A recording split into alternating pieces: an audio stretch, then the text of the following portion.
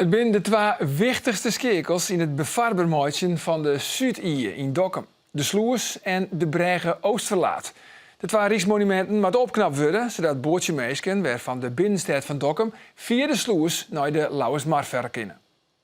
De Brege komt uit 1910 en is al tientallen jaren net meer broekt. Het is de bedoeling dat hier een sluiswachter komt die de Brege betjint.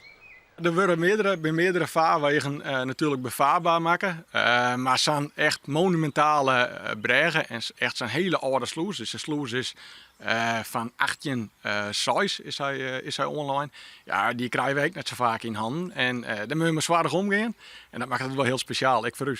De oude boppenbouw van de Brege met het contragewicht wordt nijsjoen, omdat de Brege intensief broekt wordt en dan moet het wel veilig wezen. Dat bad bij de man van Staal in Ljouwert. Dat benamen de oude klinknagels extra aandacht krijgen. Hij is minder dan ik dacht. Ik hier verwachtte dat het beter wezen wordt. Om 14 dagen alleen in de daken te halen, toen dacht ik van, nou, dat valt me mooi. Maar nu er bij de stralerij komt, ja, zit toch wel minder plakken in. Hoe ik niet verratten binnen en nou ja, een soort boutverbindingen. Hij is als jij de restaureert werd, hij een soort boutverbindingen maken en die vervangen wij dus. Ik werd er al klinknageld. De restauratie duurt 2 weken. Daarna gaat de Brege waarom naar Dokkum. En dan kan elk keer mij zien boord naar de Lauwersmarkt varen.